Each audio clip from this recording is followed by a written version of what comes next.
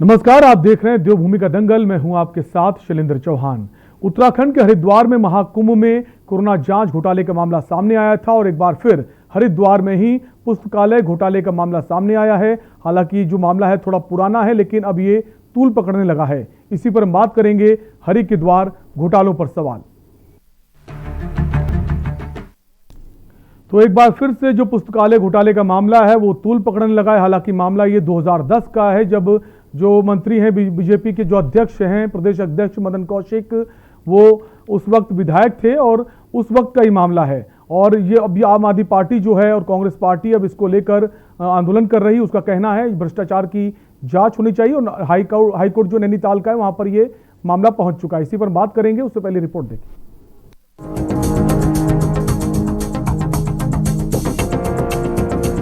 बता दें कि मदन कौशिक पर हरिद्वार में पुस्तकालय निर्माण में 1.5 करोड़ रुपए के भ्रष्टाचार के आरोप लगाते हुए नैनीताल हाईकोर्ट में जनहित याचिका दायर की गई है। मामला 2010 का है, जब मदन कौशिक हरिद्वार से विधायक थे। उनके विधायक रहते विधायक निधि से 12 पुस्तकालयों के निर्माण के लिए 1.5 करोड़ रुपए जारी किए गए, लेकिन ये 1.5 करोड़ रुपए कहाँ खर्च हुए, इसका जवाब किसी के पास नहीं है। लेकिन जैसे ही ये मामला राजनीतिक तूल पकड़ने लगा तो खुद भाजपा प्रदेश अध्यक्ष मदन कौशिक ने अपना बयान जारी कर दिया। 2014 में भी सेम लगी थी, तब इसका निस्तारण पीआईएल के रूप में थी, समाप्त कर दिया गया था। और वो सभी जो लाइब्रेरी बनी थी डीएम ने अपने अंडर में लेकर और नगर निगम को दे दी थी। यही उस समय चीफ जस्टिस का आदेश हुआ था कि सारी लाइब्रेरी बनी हुई है। मौके पर जो उन्होंने कहा कि लाइब्रेरी की बजाय उसमें कुछ अन्य प्रकार की गतिविधियां हो रही हैं, जैसे उसमें सामुदायिक केंद्र चल रहे हैं, तो उस समय हाईकोर्ट ने कहा था पीआईएल का निस्तारण करते हुए कि तत्काल अपने अंडर में ले लिया जाए। उन्होंने तत्काल सारी लाइब्रेरी अपने अंडर में लेकर नगर निगम को दी थी। अब उन्होंने उसी पीआईएल को दोबारा डाला। वहीं इस पूरे मामले को लेकर बुधवार को नैनीताल हाईकोर्ट में सुनवाई हुई। सरकार ने पक्ष रखते हुए कहा कि ये याचिका राजनीति से प्रेरित है, जिसको देखते हुए राज्य सरकार ने इस पर अपनी आपत्ति दर्ज कराने के लिए हाईकोर्ट से समय मांगा है। हाईकोर्ट ने राज्य सरकार को 30 जून तक का समय दिया है। अगली सुनवाई 30 जून को होगी। 2017 में माननीय उच्च न्यायालय ने एक पीआईएल में ऑर्डर करा था कि 13 लाइब्रेरी जो एमएलए निधि फंड से बनी है उनका पोजीशन ले और उसको चलाएं और उसमें किताबें वगैरह उपलब्ध कराए। हमने एक आरटीआई फाइल करी थी 2020 में, तो हमें नगर निगम हरिद्वार द्वारा यह बताया गया कि कोई भी लाइब्रेरी उनके पास उनके पोजीशन में नहीं है और ना ही कोई कर्मचारी तैनात किए हैं। तो हमने कोर्ट को यह भी बताने की कोशिश करी है कि जो एमएलए निधि फंड था उसमें कुछ कंडीशंस होती हैं कि वो कंडीशंस फुलफिल करने के बाद ही कंस्ट्रक्शन का काम शुरू होता है, और यह चीज़ सारी फ्लाउट करी गई है। और इसमें हमने यह भी बताया कि हमने पार्टी इन पर्सन बनाया है और यह पॉलिटिकली मोटिवेटेड पीआईएल नहीं है। जहां कांग्रेस के नेता प्रदेश में संवैधानिक संकट होने की बात कहकर नेतृत्व परिवर्तन की मांग करने लगे हैं, तो वहीं पार्टी अब भाजपा प्रदेश अध्यक्ष मदन कौशिक पर भी जमकर निशाना साध रही है।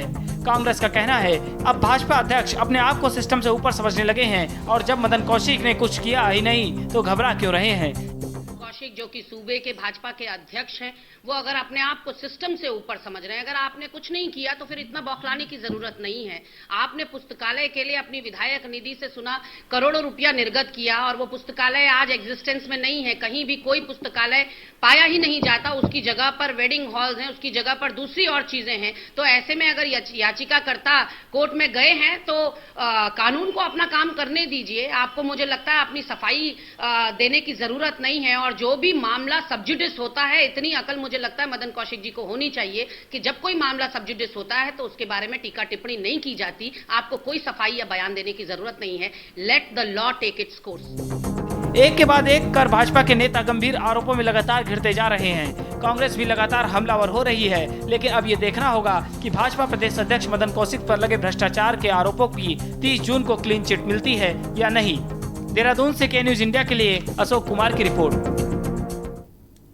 तो जो आरोप है मदन कौशिक पर वो ये है कि जो वो विधायक थे उनकी निधि से पुस्तकालय का जो भूमि पूजन है वो हो गया, उद्घाटन भी हो गया, फाइनल पेमेंट तक हो गया, लेकिन जो निर्माण है वो एक भी पुस्तकालय का नहीं हुआ। कहा जा रहा है कि 16 पुस्तकालय बनने थे, उनमें से अभी तक एक भी पुस्तकालय नहीं बना है। इसी पर हम चर्चा करेंगे। कुछ मेहमान हैं, सबसे पहले आपका उनसे परिचय करा देते हैं। हमारे साथ हरिद्वार से बीजेपी जिला अध्यक्ष हैं विकास तिवारी। सर, स्वागत है आपका। हमारे साथ शिव भट्ट हैं, नैनीताल हाई कोर्ट से अधिवक्ता हैं। सर, आपका भी स्वागत है। और साथ ही साथ हमारे साथ सतपाल ब्रह्मचारी नगर पालिका पूर्व अध्यक्ष हैं कांग्रेस से। सर, आपका भी स्वागत है। सबसे पहले विकास जी आपके पास आऊँगा। फाइनल पेमेंट भी हो गया, उद्घाटन भी हो गया, लेकिन निर्माण एक भी पुस्तकालय का नहीं हुआ। कितना संगीन मामला है ये? देखिए, जो विषय आपने यहाँ उठाया है, ये विषय लगभग आज से 15 साल पहले का है। 2006 में हमारे हरिद्वार से विधायक माननीय मदन कौशिक जी ने, तब सरकार भी कांग्रेस की हुआ करती थी, अपनी विधायक निधि से पुस्तकालय बनाने के लिए एक पत्र लिखा, जो सीडीओ को लिखा, और जितना पैसा उनकी विधायक निधि से अवमुक्त हुआ उतने पैसे के निर्माण भी हो गए। भवन निर्माण के लिए पैसा अवमुक्त हुआ था, पुस्तकालय निर्माण के लिए उसकी बिल्डिंगें बन गई। उसके बाद ये कांग्रेस पार्टी के पहले एक याचिकाकर्ता ने 2010-11 में भी इन्होंने पीआईएल डलवाई। उस पीआईएल में अपने माननीय हाई कोर्ट ने अपने निर्णय में कहा कि ये जो पुस्तकालय भवन है जो बने हुए हैं, इनको नगर निगम हरिद्वार अपने कब्जे में ले और उनको संचालित करे। अब ये काम नगर निगम का था। दूसरा, जैसा आपने कहा कि बड़ा घोटाला हुआ है, मदन कौशिक जी ने कहा कि कोई भी जनप्रतिनिधि या विधायक संस्तुति करता है सीडीओ को कि मेरी विधायक निधि से इतना पैसा आप रिलीज कर दीजिए और आप ये निर्माण कराइए। उसके बाद संबंधित कार्यदायी संस्था के जेई, एई, एक्सीएन, एससी उनकी जिम्मेदारी होती है। उन्होंने भौतिक निरीक्षण किया, निर्माण कार्य कराया। आज भी वो बिल्डिंगें, जितना पैसा अवमुक्त हुआ लाइब्रेरी के नाम पर, लेकिन वो बिल्डिंगें बनी है। अब ये जिम्मेदारी हरिद्वार नगर निगम की होनी चाहिए थी कि जब हाईकोर्ट ने भी कहा, क्योंकि नगर निगम की जमीन पर वो सारे भवन आज भी बने हैं, उतने पैसे के भवन बने और खड़े हो गए। और माननीय जो हमारी मेयर है हरिद्वार अनीता शर्मा जी, उनका एक पत्र भी मेरे पास है। उन्होंने 2019 में जिलाधिकारी महोदय को लिखा, ये बिल्डिंगें खड़ी हैं, आप लगभग 20 लाख रुपया हमको दीजिए ताकि हम इनमें जो है किताबें खरीदे और इनको संचालित कर पाए। अब ये विषय नगर निगम से पूछा जाना चाहिए कि जब माननीय हाई कोर्ट ने आपको 4 साल पहले निर्देशित कर दिया था कि इन सारे भवनों को, पुस्तकालयों को आप अपने पोजीशन में लीजिए।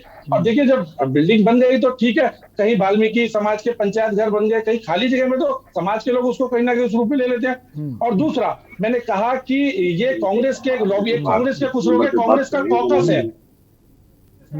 है, जो चुनाव आते हैं इस तरह के मुद्दे उठाता है। मैंने कहा कि विकास जी, कुल मिलाकर आपका ये कहना है कि अगर आपकी विधायक निधि से पैसा जाता है, उसके बाद उसका निर्माण कार्य हुआ या नहीं हुआ, उससे फिर उनका कोई लेना देना नहीं होता है, कोई मतलब नहीं उसका निर्माण हुआ कि नहीं हुआ, अधूरा पड़ा है, कुछ भी आपकी जिम्मेदारी नहीं बनती है। जिस प्रयोजन हम आपके सवाल का जवाब लेंगे सतपाल जी से, उसके पहले एक ब्रेक के लिए रुकेंगे। ब्रेक के बाद हम इस चर्चा को आगे बढ़ाएंगे। छोटे से ब्रेक के लिए रुकेंगे, फौरन हाजिर होंगे।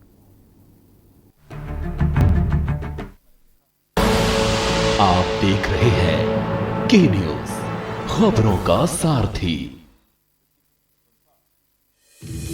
चलो चले, चलो चलो चले, चलो चले, चलो चलो चले, चलो चले, टीका लगवाए हैं अब अपनी बारी, हम में से कोई एक न छूटे, सबकी जिम्मेदारी। चलो चले, चलो चलो चले,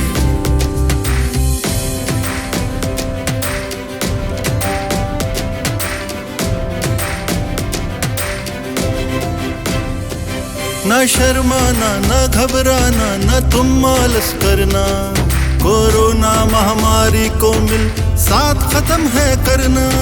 मत रख शंका और सभी को है तूने प्रेरित करना, देवभूमि की युवा शक्ति तुम ना हक डरना।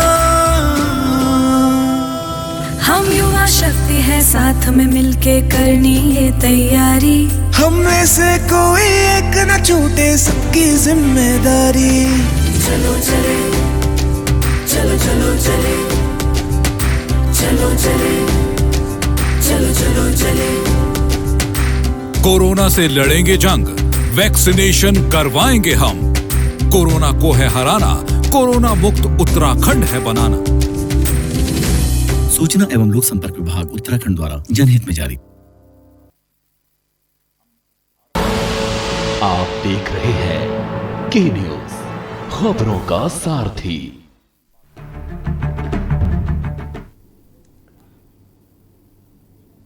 ब्रेक के बाद आपका स्वागत है। आप देख रहे हैं देवभूमि के दंगल। हम बात करें उत्तराखंड के हरिद्वार में वर्ष 2010 में हुए पुस्तकालय घोटाले का मामला अब तूल पकड़ने लगा है। हम वापस आएंगे सतपाल जी के पास। सतपाल जी, ब्रेक से पहले जिस तरह से विकास जी ने कहा कि अगर आपने जो अपनी विधायक निधि से पैसा दे दिया है, आप नगर पालिका नगर निगम जो है उसकी जिम्मेदारी बनती है, और कि निर्माण कार्य हुआ है या नहीं हुआ है, कितना सहमत है इनके तर्क से? इतना कहना चाहता हूं अपने छोटे भाई से कि एक मंत्री का, एक विधायक का क्या कर्तव्य बनता है कि वो पैसा सही जगह लगा या नहीं लगा, उसमें लाइब्रेरी खुली या ना खुली। मेरा तिवारी जी से ये कहना है कि कोई एक भी लाइब्रेरी हरिद्वार में दिखा दें तो मैं राजनीति छोड़ दूंगा। फिर ये कहना है, ठीक है आपने 42 लाख रुपए अपनी विधायक निधि से लाइब्रेरी के नाम पर लगाए। मेरे छोटे भाई ने कहा कि उसमें वाल्मीकि चौपाल बन गई, वो भी अच्छा काम है, चौपाल के लिए और फंड दे देते, हम स्वागत करते। लेकिन ये लाइब्रेरी के नाम पर हरिद्वार की जनता के साथ, हरिद्वार के पढ़ने वाले विद्यार्थियों के साथ, हरिद्वार के नागरिकों के साथ एक बहुत बड़ा धोखा किया है माननीय मंत्री जी ने। ठीक है, उन्होंने 42 लाख रुपए लाइब्रेरी के लिए दिए थे, लेकिन मैं कहना चाहता हूं कि जब वो नगर निगम को कब दिए, किसने दिए, क्या उसमें सामान था, उसमें पुस्तकें पढ़ने के लिए क्या क्या पुस्तकें थी, उनका भी तो पता लगना चाहिए कि कौन सी लाइब्रेरी में माननीय विधायक जी ने अपनी निधि से मकान बिल्डिंग बनाई है और उसमें किताबें रखी हैं विद्यार्थियों के पढ़ने के लिए। मैं अपने छोटे भाई से पूछना चाहता हूं कि वो लाइब्रेरी मुझे बता दें कि मैं आपके साथ तिवारी जी वहां जाने को तैयार हूं। जहां लाइब्रेरी होगी मैं आपका भी स्वागत करूंगा और माननीय विधायक जी का भी स्वागत करूंगा। ठीक है, उससे पहले हम शिव भट्ट जी के पास आएंगे, अधिवक्ता है नैनीताल हाईकोर्ट से। शिव भट्ट जी, आपसे सवाल है कि मामला अब हाईकोर्ट में पहुंच चुका है। आज अब जो याचिका दायर की गई है, अब इस पे जो सुनवाई है 30 जून को इसका जवाब आएगा। किस तरह से देखते हैं सर पूरे मामले को, कितना इसमें क्या आपका क्या नजरिया है इस पूरे मामले को देखते हो? देखिए, पहले तो ये बात है कि यह केस एक जनहित याचिका है। It is not a political interest litigation. आप इसको एक पॉलिटिकल इंटरेस्ट लिटिगेशन के रूप में ना देखें। मैंने सिर्फ ये याचिकाकर्ता ने इसलिए डलवाई है, आप हरिद्वार में कितने साधु संत हैं, लाखों में साधु संत हैं, गरीब लोग हैं जिनको पुस्तकालय में जाने के लिए अगर कोई पेपर भी पढ़ना है तो पुस्तकालय जा सकते हैं। अब ये जो इन्होंने पुस्तकालय बनाए हैं, इसकी इंस्पेक्शन रिपोर्ट हुई है। इंस्पेक्शन रिपोर्ट में ये कहा गया है, मैं आपको पढ़ देता हूँ। शिवलोक कॉलोनी में एक ये आंगनवाड़ी में बना है, मतलब किसी का घर है उसमें आंगनवाड़ी चल रहा है, आप उसमें कमरा बना रहे हैं और उसको लाइब्रेरी का रूप दे रहे हैं। दूसरा भल्ला कॉलेज में, उसमें भी आंगनबाड़ी चल रहा है। अर्थात ये है कि आपके अपने वर्कर्स के यहाँ कमरे बन रहे हैं, उसको आप पुस्तकालय का नाम देके आप उनको अनुग्रहित कर रहे हैं, करें, लेकिन पुस्तकालय होना चाहिए, चलना चाहिए। और जो एक मेन कंडीशन थी, जो ये जिला ग्राम्य विकास अभिकरण हरिद्वार में है, उसमें मैं एक मेन कंडीशन ये पढ़ देता हूँ आपको। कार्यस्थल की भूमि विवादित रही होने का प्रमाण पत्र, और यह भी स्पष्ट होना चाहिए कि अब भूमि सरकार को ट्रांसफर करी गई है। अब मैं ये पूछना चाहता हूं आप सभी विद्वानों से कि क्या यह भूमि पहले ट्रांसफर हो चुकी है गवर्नमेंट को? नहीं, वो आज तक नहीं हुई है। ये जो आंगनबाड़ी है, ये आपके प्राइवेट पर्सन के उधर है। जो भी चल रहा है सारा पर्सनल इंटरेस्ट ना देखें। अगर आप पब्लिक के नुमाइंदे हैं तो पब्लिक का इंटरेस्ट देखें। मेरी अभी हाथ जोड़ से निवेदन है, मैं ना बीजेपी के अगेंस्ट में हूँ, ना कांग्रेस के अगेंस्ट में हूँ, ना किसी के फेवर में, ना दोनों पार्टी के फेवर में। मैं सिर्फ जनता के फेवर में हूँ। और याचिकाकर्ता भी जो कहना चाहता है अपनी पीएल से कि 2017 में एक जजमेंट आया था ऑनरेबल हाईकोर्ट का, उसमें भी there were strictures passed by the honourable high court. Honourable high court ने हमारे जो कौशिक साहब को बोला था, मैं पढ़ देता हूँ। London member of legislative assembly mister Madan Singh Kaushik of city Haridwar should have ensured at the time of allocating the funds that the library buildings are constructed as per the norms and maintained properly. अर्थात जो इन्होंने अनुशंसा करी थी कि यहाँ library बननी चाहिए, तो उनको यह इंश्योर करना चाहिए था कि ये जो जिसके यहाँ भी वो अनुशंसा कर रहे हैं कि फलानी जगह लाइब्रेरी बननी है फलाने, तो उनको यह नहीं देखना चाहिए कि ये किसी मेरे वर्कर का है या किसी और का है। ये अगर आप पब्लिक के लिए कर रहे हैं काम, तो पब्लिक की ही सेवा करें, अपना निजी स्वार्थ ना करें। अब एक चीज सेटल्ड लॉ है कि अगर आप कोई मेलाफाइड अगर किसी के अगेंस्ट क्लेम कर रहे हैं कि उन्होंने कार्य ठीक से नहीं किया, तो कानून कहता है कि उनको पार्टी बनाना आवश्यक है। तो यह पार्टी इसलिए नहीं बनाया गया कि चुनाव आ रहा है 1 साल बाद। अगर ये पॉलिटिकली मोटिवेटेड पीआईएल होती तो यह चुनाव से ठीक 1 महीने पहले फाइल होती। यह ऐसा नहीं किया है। ये 2020 में हमें नगर निगम हरिद्वार ने लिख के भेजा है, मैं आपको वो भी पढ़ देता हूँ। उसमें स्पष्ट तौर से लिखा है, मैं पढ़ देता हूँ आपको। मुझे आपको अवगत कराना है कि नगर निगम हरिद्वार द्वारा किसी भी पुस्तकालय का संचालन नहीं किया जा रहा है और इस बिंदु में और किसी भी कर्मचारी की तैनात नहीं की गई। ये 2020 का है। और एक 2018 में नगर निगम ने एक लेटर लिखा है आपके डीएम साहब को, उसमें लिखा है कि 13,65,000 रुपए किताबों के लिए सैंक्शन हुए, apart from the funds which has been released for the construction of buildings. 13 lakh की किताबें आई हैं, 12.5 लाख की मेज कुर्सी आई हैं। अब आप ये बताएं, ये कहाँ गई सारी चीजें? क्या इसका नहीं होना चाहिए इन्वेस्टिगेशन? मैं फेयर इन्वेस्टिगेशन चाहता हूँ, ये नहीं याचिकाकर्ता भी फेयर इन्वेस्टिगेशन चाहता है। अगर कौशिक साहब ने कुछ नहीं किया तो मैंने ये नहीं कहा है, मैंने सिर्फ मेलाफाड़ी की है कि आप जांच कराएं कि ये आंगनबाड़ी किसका है, या जो भी धर्मशाला है किसकी है। तो हम ये कह सकते हैं पूरी तरह से अनियमितता बरती गई है इस पूरे मामले को लेकर। अनियमितता तो बहुत बरती गई है। इवन पिटीशन में यह भी कहा है कि 2008 से 2020 तक जितने भी डीएम हुए उन्होंने भी यह जहमत नहीं उठाई कि ये पुस्तकालय चलाए और पुस्तकालय का अधिग्रहण करे। हमने सिर्फ मदन लाल कौशिक जी के अगेंस्ट में नहीं किया है, इसमें डीएम सारे इन्वॉल्व है। 20 मैं आपको बताता हूँ 2008 से 2020 डीएम कितने रहे हैं, उनकी पूरी डाटा दिया है मैंने, कब ज्वाइन किया उन्होंने डीएम ने और कब लीड किया है, इंक्लूडिंग डीएम श्री रविशंकर जी।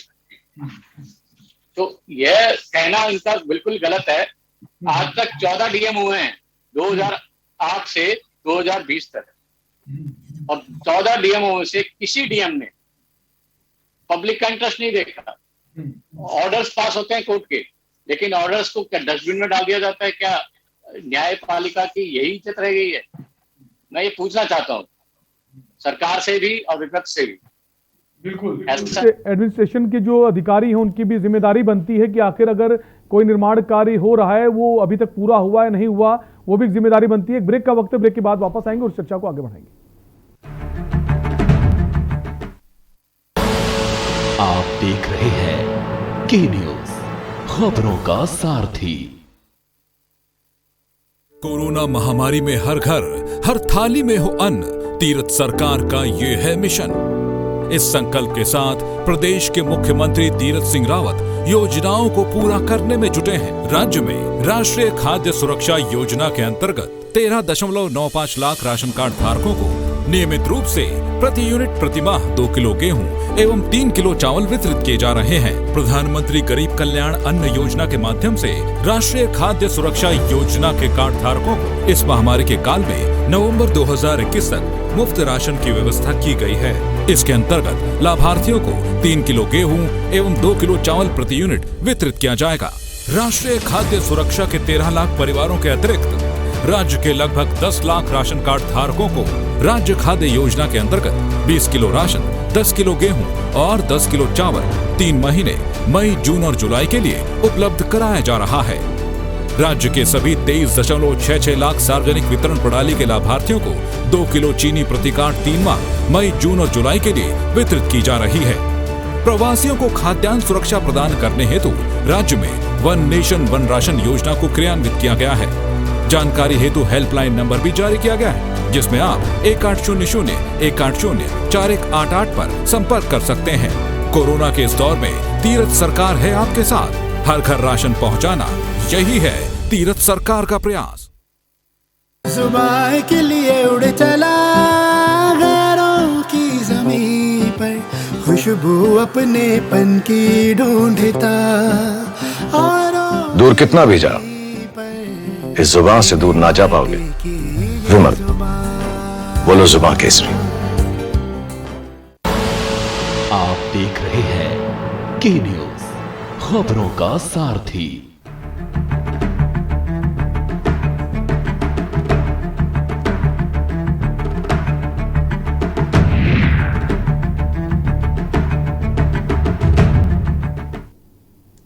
ब्रेक के बाद एक बार फिर आपका स्वागत है। आप देख रहे हैं देवभूमि का दंगल। हम बात कर रहे हैं उत्तराखंड के हरिद्वार में वर्ष 2010 में पुस्तकालय निर्माण में घोटाला हुआ है और ये आरोप है ये बीजेपी के प्रदेश अध्यक्ष मदन कौशिक पर लग रहे हैं। इसी पर हम चर्चा कर रहे हैं। वापस हम आएंगे विकास जी के पास। विकास जी, जैसा कि अभी मधु भट्ट जी ने कहा, माफ कीजिए शिव भट्ट जी ने कहा कि जो मामला है इसमें बहुत सारी अनियमितताएं बरती गई हैं और निर्माण कार्य की अगर बात करें तो उसमें जो आंगनबाड़ी हैं उनके घरों को दिखाया गया है पुस्तकालय की वहां बनेगा, और आप कह रहे हैं कि बिल्डिंग तैयार है बनकर, किताबें नहीं है, और किताबों का पैसा, फर्नीचर का पैसा वो पहले से इशू कर दिया गया है।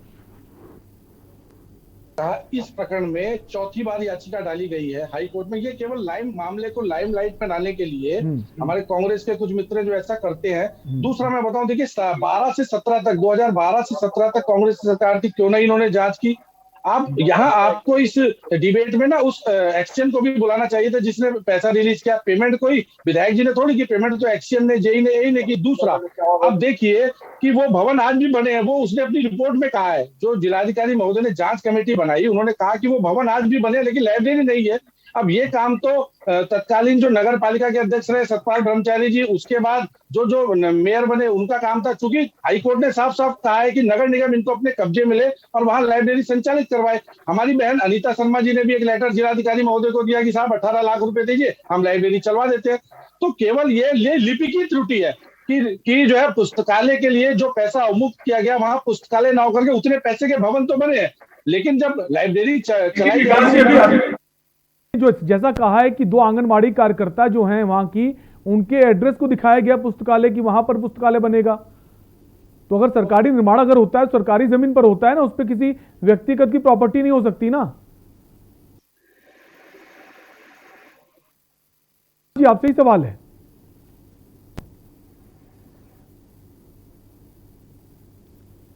विकास जी, आपको आवाज आ रही मेरी?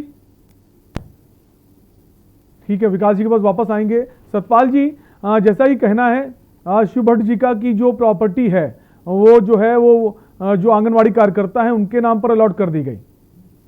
ये तो पूरी तरह से इसे देख सकते हैं, पूरी तरह से आरोप जो लग रहे हैं वो आरोप कहीं ना कहीं सच साबित हो रहे हैं। हेलो जी सतपाल जी, आपसे ही सवाल है।